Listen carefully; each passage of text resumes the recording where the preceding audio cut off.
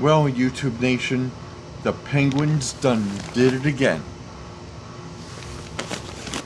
This is a combined haul from both the Lindenhurst and East Islip swap meets for the month of March 2026.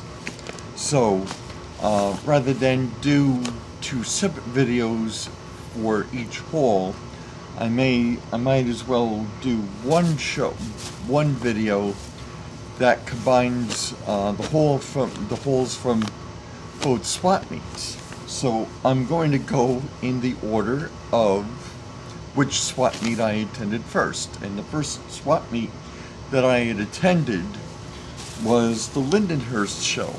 So I just need to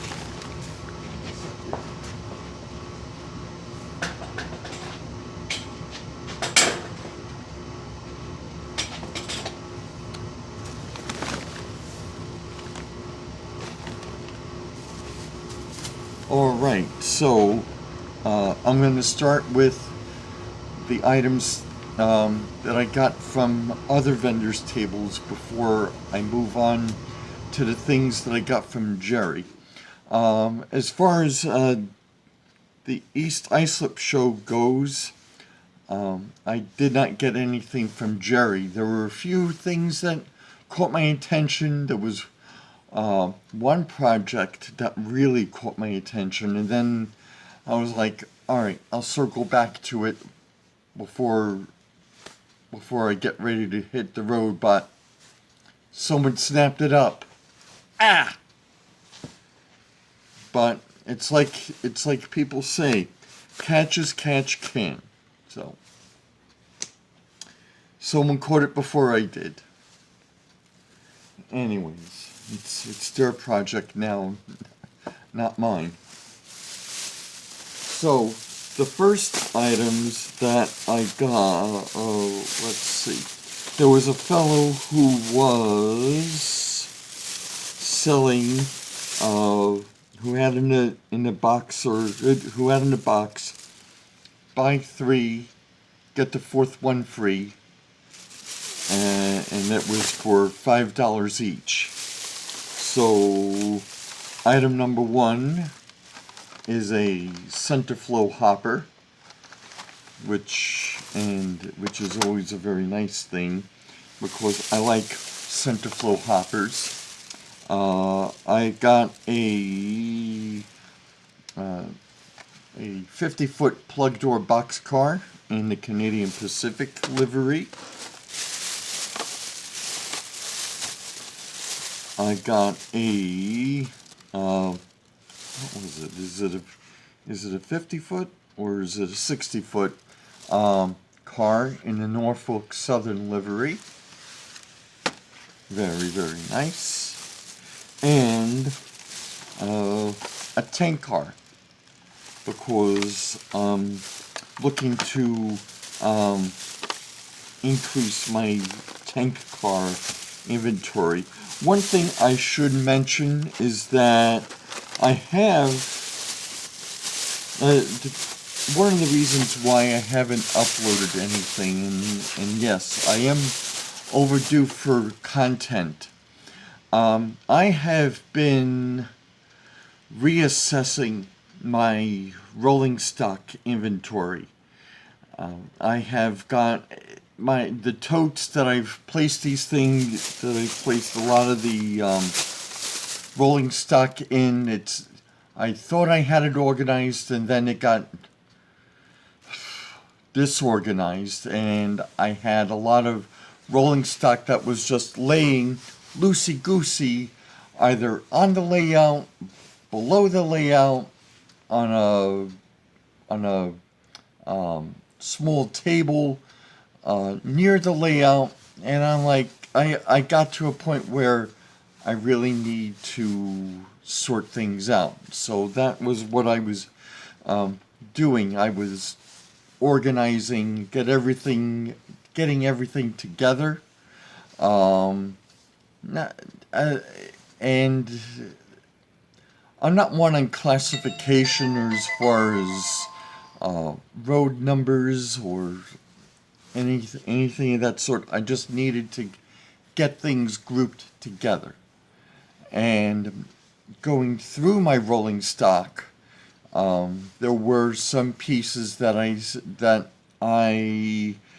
I think it was Matt Fricks who said on an 8 episode of Around the Layout podcast that you have to establish guardrails.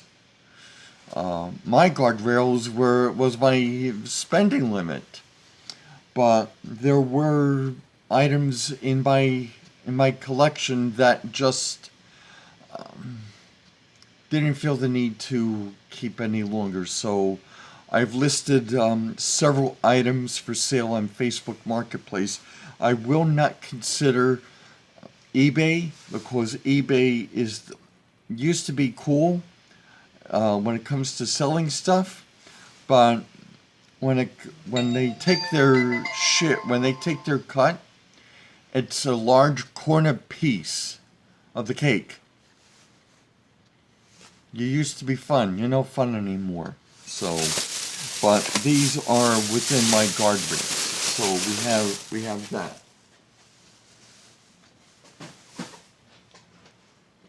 Now, moving right along, there were no peeking.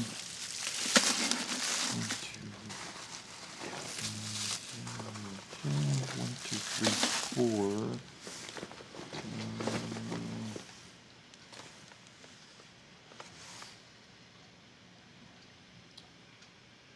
Yeah.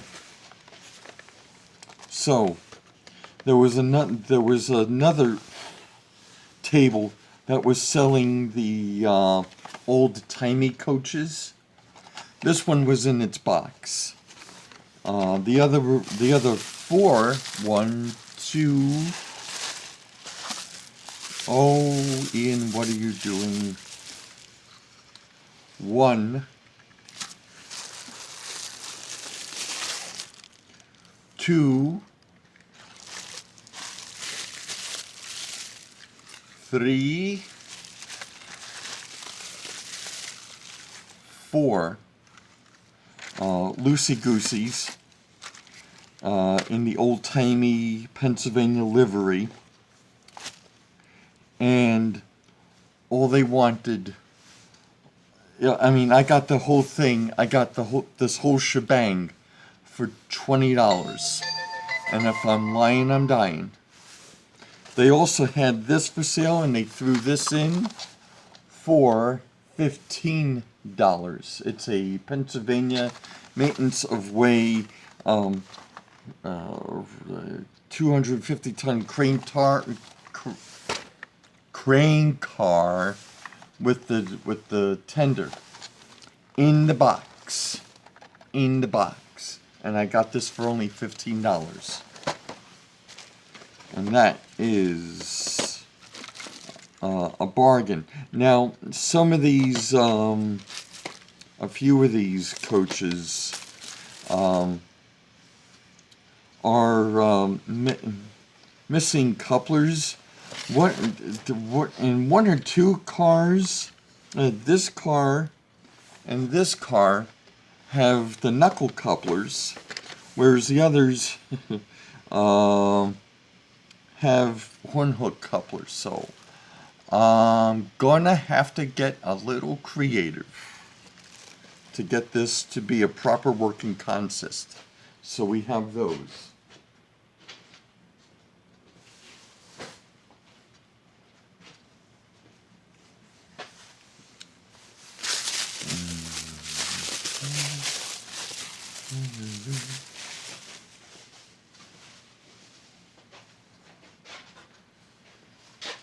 Now, moving right along, from Joe Palladoro, whom I've bought a few items from, 1 or 2 items in the past. I believe I bought a Bachmann 484 Niagara in the New York Central livery And I've also bought an undecorated Jeep 38 from him, which I've decorated, I believe, in Canadian national livery. I painted it in Canadian national livery. But he also had for sale, and according to the tag, it was a Jeep 35. And I'm going to hold that up so that you can see Jeep 35. And what's special about the Jeep 35 is that it has the pull tabs. This is the one that you have to take a screwdriver and pry the shell open with. This is the one where you have to squeeze the middle of the shell. Now, it is kind of, now this is, of course, this isn't the cab. This, I guess it was, he just probably got it from another locomotive. This was the only detail pieces as far as, I guess, for the lights. It is missing the number boards. It's missing the cab window. And I could probably just use micro crystal clear to sort that problem out. There were also railings and stanchions in this box. Now, of course, it is incomplete, so I am going to have to reference HO Seeker, if not my own personal files, to see what exactly it needs, because I do have some spare stanchions, but it does have the let me see, does it?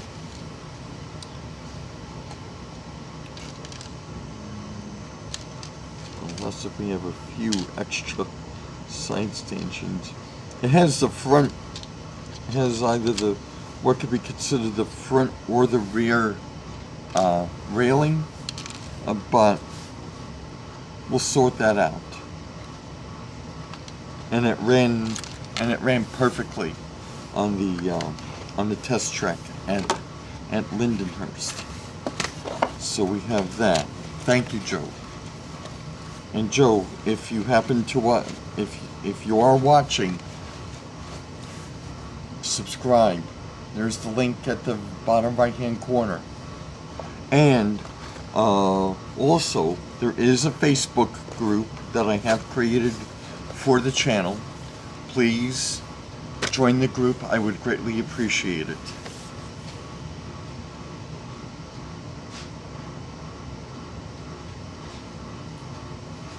So now, moving on to what I got from Jerry.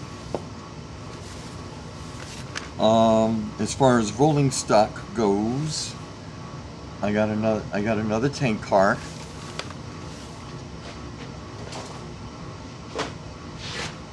And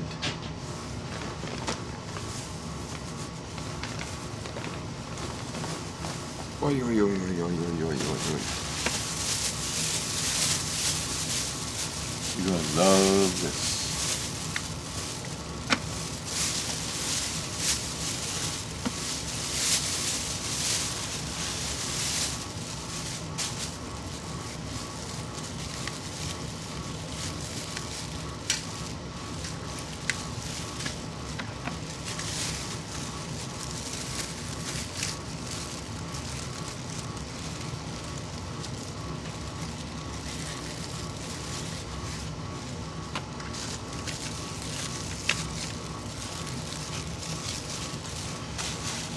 So, as I was perusing the tables and everything, this appeared into the corner of my eye. Oh, pardon me. It is a Lima FP45. Someone must have, this is not a paint job done by Lima. someone must have painted over the original livery. Now, when I tested it on the test track, it didn't run. I know the Ringfield motor is in there, so I am going to have to get in there to see what's going on with the motor. And it isn't my first rodeo handling Ringfield motors. I mean Lima locomotives with the Ringfield. Now, I'm just going to double check it real quick. One moment.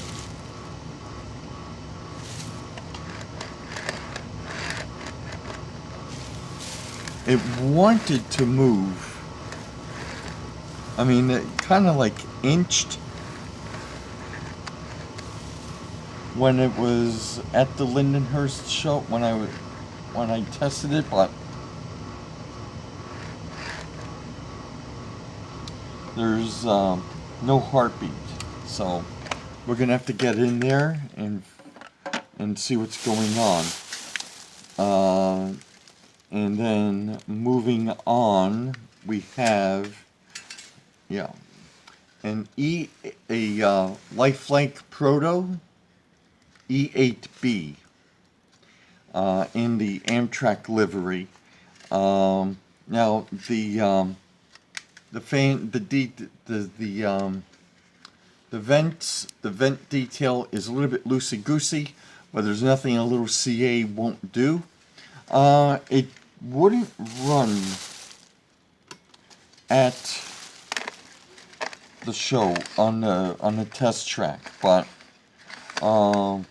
with all due respect to the organizers of the swap meet, they use do I have an example? Yeah. They use Bachmann Easy Track steel alloy, which, in my humble opinion, is garbage. If you really want a good piece of track, and this of course is a scrap track, you go with the nickel silver for the Bachmann Easy Track. Yes, Bachmann Easy Track isn't the greatest quality. If I ever, and I've said it once, I'll say it again, if I ever win the Powerball, I'm going to go totally Kato Unitrack and dump to Easy Track. But I wasn't, but it helps test the trains, but I hate steel alloy. Now, it didn't run at the show, and I'm applying power to it now, and there still is nothing. So I'm going to have to go in there and find out what's going on. Now, whether I'll keep the shell or not is up for debate. I might just go on eBay or eBay and look for an E8A shell, and then just switch it from a B unit to an A unit. Now, I couldn't get the E8B without getting, and not that it was conditional, but I didn't think it would serve without getting the E8A. Now, the detail here is missing. It is right here. So again, CA, sort that out. I almost didn't get it because the pilot was missing, but then I found the pilot in the box where it was being where it was up for sale. Now, for the tank car and for these 3 locomotives, $35. And if I'm not telling the truth, may God strike me down on this spot. Now, I am going to switch cameras so that you could see this locomotive for yourself. Here's the E8A on the test track. I've got the power on, forward direction, and get a load of this.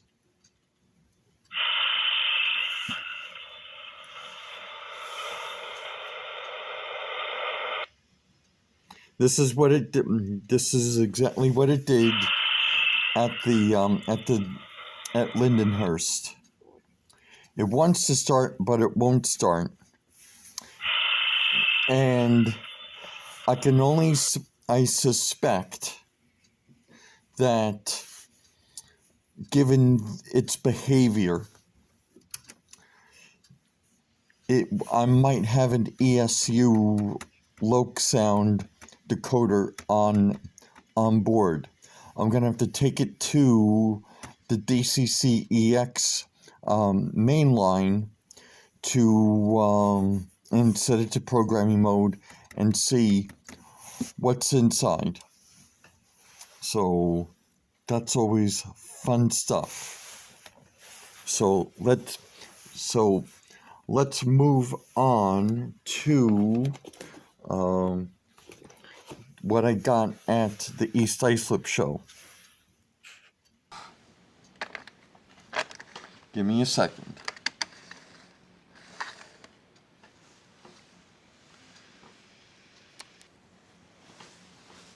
Alright, so this is what I saw from East Islip.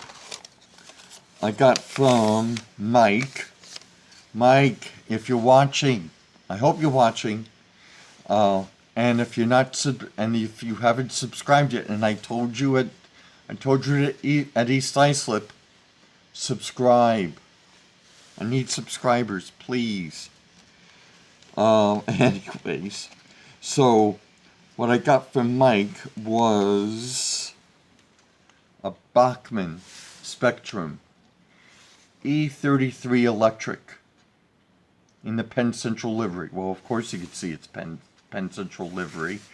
And this item, the E33, has long been on my wish list. And he originally wanted 100 for it, but but after he looked it up a little bit to see what exactly he could sell it for. He marked it down to $80. So this is a gorgeous specimen, and he also said it was DCC ready. So, but you know me in DCC. Moving right along to, let me see, from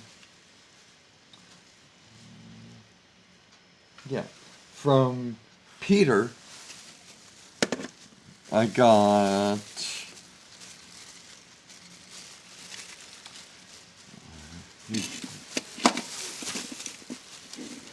give me a second.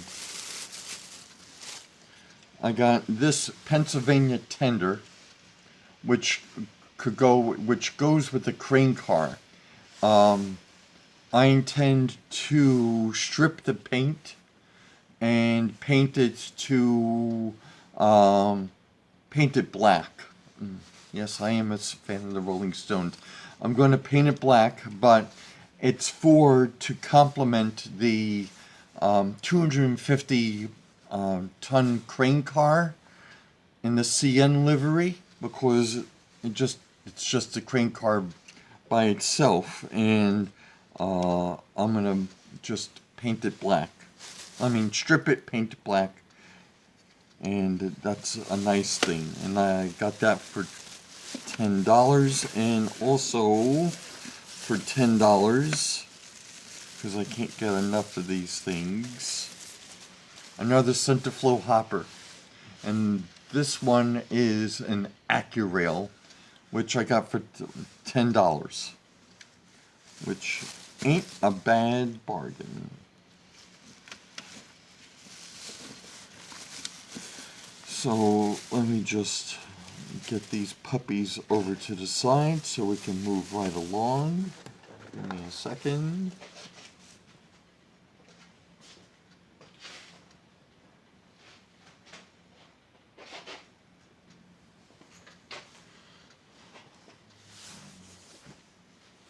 All right. So, also from my friend Chris Kniatek.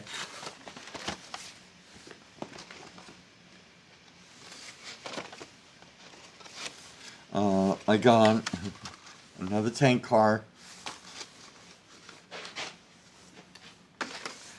And now I already have one, but there's nothing wrong with getting a second one. An NMRA HO standards gauge. He had two for sale. One was stapled, one was sealed. He said, take the sealed one. And even though it said $12, that was what was on there.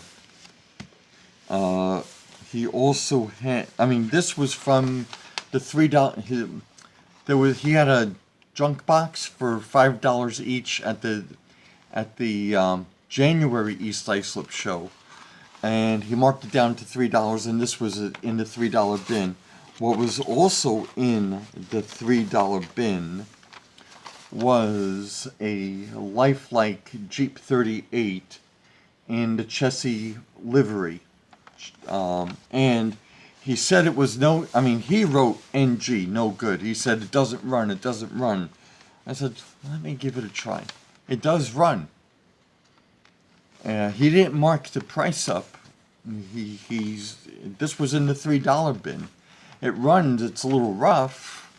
It's a pancake motor. I'm not a big fan of pancake motors, but if it runs, I could probably service it. And the last thing that I got from him was Model Power. Nincompoop, why didn't you look? 462 Pacific in the Canadian Pacific livery. And can you see it? Can you see it? She's a smoker. Strangely enough, it may say Model Power. It's a Mahano. But in any event, I got, how much did I pay for all of this? Yeah, so for the standards gauge, the tank car, and the two locomotives, $60.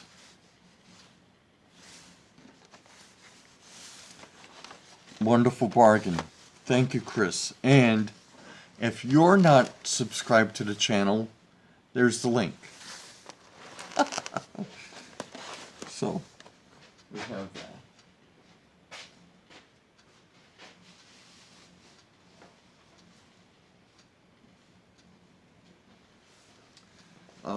Lastly, from AJ, I got he had a few things for sale, but I'm just trying to be a little bit conservative these days. But I couldn't pass this up. It is another Lima FP45, and this also is in the Chessie livery. And a caboose in the Reading livery, and this was also on my wish list for cabooses. I am still looking for an affordable Conrail locomotive. Conrail caboose. That's what I'm looking for, a Conrail caboose. Could be a bay window, could be one of this classification, it could be slightly longer, but Conrail. That's what I'm looking for. And for these two items, $20. And it rained pretty. AJ said it. He wasn't sure if the FP45 ran. It did run a little rough, and I could always clean the ring field that's inside. And he was a very happy camper. And this time around, I had the common sense to get his contact information, because he isn't on Facebook. So AJ, thank you so much, and maybe we could do something not at the swap meet, since you don't live that too far away from me. So we'll see. So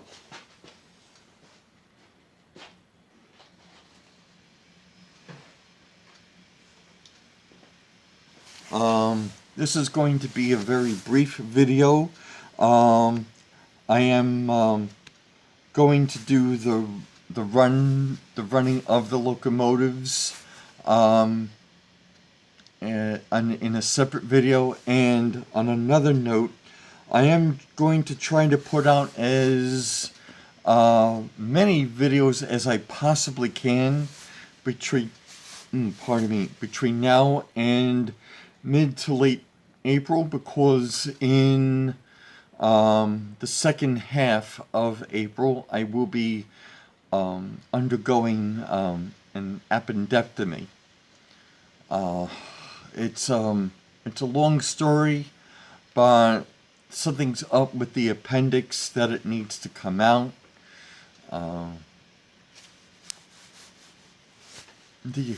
Anyone who's friends with me on Facebook, they can ask me. I'm not gonna.